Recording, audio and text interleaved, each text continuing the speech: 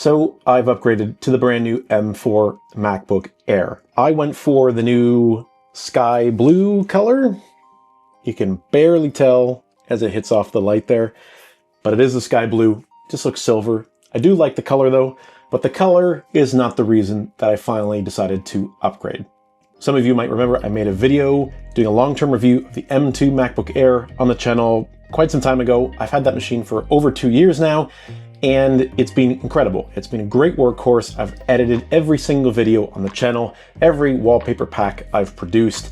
Anything that has come out of my content wheelhouse in the past 2 years has been done on a MacBook Air, which even just a few years ago, pre-Apple Silicon, would have never been possible. But now the M4 chip is in the MacBook Air, and this machine, not only because of its better processor, was a really appealing upgrade for me, but also just because of everything else that you can now option onto the MacBook Air line to make it just a little bit more future-proof and honestly just a better long-term investment. So this is how I spec'd my new 15-inch MacBook Air, again in that sky blue color. It's the M4 chip, it's got the 10-core CPU, the 10-core GPU, 32 gigabytes of unified memory. I paid a significant Apple tax for this machine, I regret to tell you. I got the 70-watt power adapter so it can fast charge, and I upgraded to the 2 terabyte SSD internal storage. That one hurt a fair bit, I'm not gonna lie.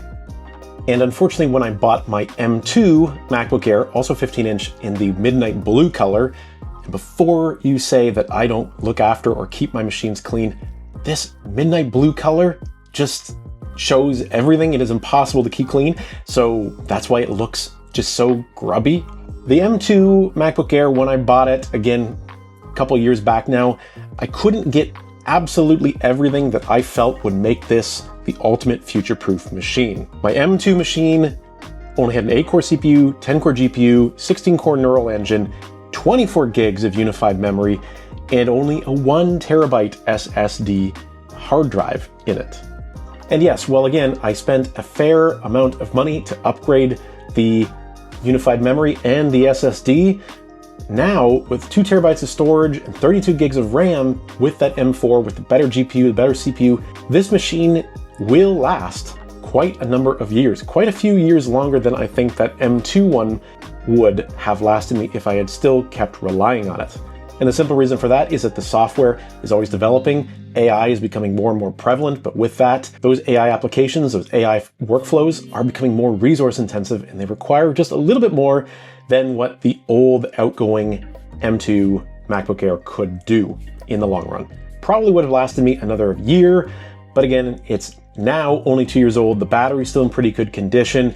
It's in a state and an age where I can get most of my money back out of that machine selling secondhand.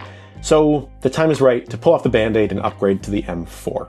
Now, there are people that are gonna say, why not get a MacBook Pro with the better screen, with the ability to go higher for RAM, higher for hard drive? Those are all very good questions, and the real reason is that I do most of my editing here in my home office, and I've already got an Apple Studio display, and honestly, that display is gorgeous. It's 5K, it's got great color reproduction, so I don't need my MacBook Air, which I only do some minimal editing, some minimal workflows on the go with it anyways, to have the higher end screen. And I'm not extremely fussed about saving a little bit of time, having the internal fan to allow things to export faster, anything like that. And I don't really need more than 2 terabytes of storage or 32 gigs of RAM right now.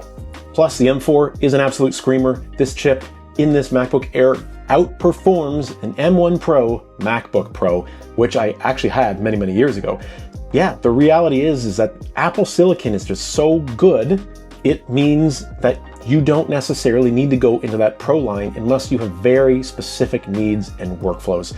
And I think for a lot of people that are on a budget, that's great, because you're not just gonna buy a budget-friendly MacBook Air anymore. You actually will get something that can still do a really good job and give you some really solid performance in a very competitive price point. Now, obviously, I didn't pay base price because I optioned this thing up to the max, but for people who are just looking for an entry MacBook Air, the price has come down $100 from last year, which is great. So despite everything going on in the world, you can still get the MacBook Air at an even better price if you're just looking for the base model, the base storage, the base memory, everything is upgraded over the outgoing models.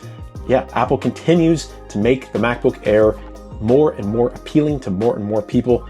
I love using this thing. It's lightweight, it's small, sleek, powerful, super quiet, honestly doesn't even warm up that much despite not having the internal fan.